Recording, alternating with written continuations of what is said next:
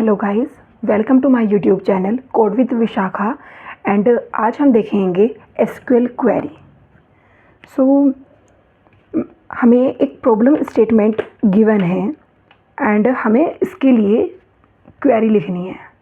And this problem statement is very frequently asked by the most of the companies. ये बहुत सी कंपनियों में पूछा गया है क्वेश्चन। चलो अब देखते हैं कि हमारी प्रॉब्लम स्टेटमेंट एक्चुअली है क्या एंड कैसे हम इसकी क्वेरी लिखेंगे और कैसे वो क्वेरी वर्क करती है हमारी। ओके, सो प्रॉब्लम स्टेटमेंट क्या है। हमारे पास एक यूज़र्स टेबल है, यूज़र्स टेबल। एंड इस यूज़र्स टेबल में हमारे पास 4 कॉलम्स हैं, ID, F name, L name and age. But the F name and L name columns are corrupted. Like देखो, जैसे कि अब हमें पता है कि हमारा एफ नेम में हमारे नेम्स होने चाहिए थे, like Vishakha, Preeti, Sita. And last name में हमारे ये होने चाहिए थे। मीन्स हमें देखने में पता चल रहा है कि ये जो ना हमारी ये दोनों रोज़ ही कॉलम्स ही हमारी करप्टेड हैं, तो हमें इन्हें स्वैप करना है। लाइक हम क्या कर सकते थे कि हम इन कॉलम को आपस में इनका नेम ही हम स्वैप कर देते, बट इन्होंने हमें बोला है कि हमें जो डेटा करेक्ट करना है वो हमें जॉइन के थ्रू करना है। ओके, तो देखते हैं। सबसे पहले मैं यहाँ पे क्वेरी लिख रही हूँ एंड इसके बाद मैं एक्सप्लेन करूँगी कि कैसे वर्क करती है क्वेरी। ओके, सो सबसे पहले जब भी हमें टेबल में कोई चेंज करना होता है, तो अब हमें क्योंकि डेटा चेंज करना है तो इसलिए हमने update. Okay, end users T1 join users T2 on T1 dot id equals to T2 dot id set T1 dot f name equals to T2 dot L name, T1 dot L name equals to T2 dot F name। सबसे पहले मैं आपको ये बताऊँ कि इसमें हम self join का यूज़ कर रहे हैं। सेल्फ जॉइन का मतलब हम सेम टेबल को 2 बार यूज़ करेंगे। देखो यहाँ पे जो ये है ना, यहाँ पे जॉइन, ये सेल्फ जॉइन है। लाइक देखो, हमने यूज़र्स टेबल का एक T1 यूज़ करा है, यूज़र्स टेबल का ही हमने T2 यहाँ पे यूज़ किया है। एंड हमने मतलब कौन सी कॉलम, क्योंकि हमारी दोनों ही जो टेबल रहेंगी उनमें हमारी आईडी कॉमन रहेगी, तो इसलिए मैंने जॉइन लगाया है। क्योंकि जब हम जॉइन लगाते हैं तो हमें एक कंडीशन भी साथ में पास करनी होती है कि हम किस बेसिस पे दोनों टेबल्स को यूज़ कर रहे हैं। सो हमने यहाँ पे देखा है कि दोनों की आईडी हमारी सेम होगी। एंड इसके बाद मैंने T1 के एफ नेम में T2 के एल नेम को जो डेटा है वो डाला है, एंड T1 के एल नेम में T2 का एफ नेम। अब मुझे लग रहा है कि इससे समझ में नहीं आएगा, एंड मैं यहाँ पे एक्सप्लेन करूँगी कि हाउ एक्चुअली दिस वर्क, ये क्वेरी कैसे वर्क करती है वो बताती है। अब देखो, जैसे मैंने यहाँ पे ये 2 टेबल बना रखी हैं। देखो, जैसे हमने यहाँ पे यूज़ करा है T1 and T2। Okay, same he table मैंने 2 बार लिख दी, सेम टेबल ही मेरी 2 बार है, सेम टेबल मैंने 2 बार लिखी। ओके, एंड सबसे पहले मैं इजी करने के लिए ये बताती हूँ कि जब भी सपोज़ हमने T1 और T2 में जॉइन लगाया, तो जॉइन करने पे हमारी कुछ ऐसी टेबल बनती है, लाइक आईडी होगा, एफ नेम होगा, एंड हमारा एल नेम होगा, एंड हमारी एज होगी, आईडी होगी।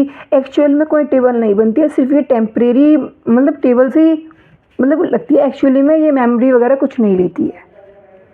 एल नेम एंड हमारा एज।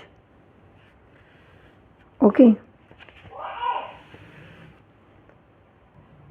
सो अब यहाँ पे जब हमारी इस वाले टेबल की हमारी फर्स्ट रो ली है, यहाँ पे पहले वाले टेबल की ये वाली कॉलम लो, एंड इसके सारी कॉलम से ही मेरा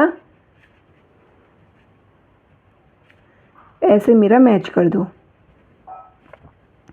लाइक यहाँ पे हमारा ये एक हो सकता है, आप 2 भी ले सकते हैं। यहाँ पे सिर्फ मैं एक रेफरेंस के लिए बता रही हूँ कि ऐसे हमारे मर्ज होता है 2 3। सॉरी, पहले ये सेम ही हमारा होगा। लाइक यहाँ पे 1 होगा एंड आगे मैं आपको लिख के बताती हूँ 2 मिनट में। जब सेल्फ जॉइन हुआ होगा तो हमारा ये डेटा होगा। बट जब हमने देखो सेल्फ जॉइन में हमने कंडीशन दे रखी है, जब t1.id इक्वल्स टू t2.id है। तो देखो जब यहाँ पे देखो क्या ये मेरा t1 का था, ये मेरा t2 का डेटा था। सो यहाँ पे क्या मेरी id इसके बराबर है? ओके, ये डेटा में रहेगा। क्या इसकी ये id बराबर है? नहीं। सो ये मेरा डेटा कट जाएगा। क्या ये वाली आईडी इसके बराबर है? नहीं। तो ये वाला डेटा मेरा कट जाएगा। क्या ये वाली आईडी बराबर है? नहीं। सो इसलिए ये वाला डेटा नहीं आएगा। ये वाली आईडी बराबर है, सो ये वाला डेटा रहेगा।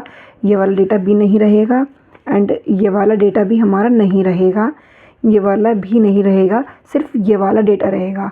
सो जब हम अपना सेल्फ जॉइन परफॉर्म करेंगे तो हमारे पास सिर्फ ये डेटा बचेगा।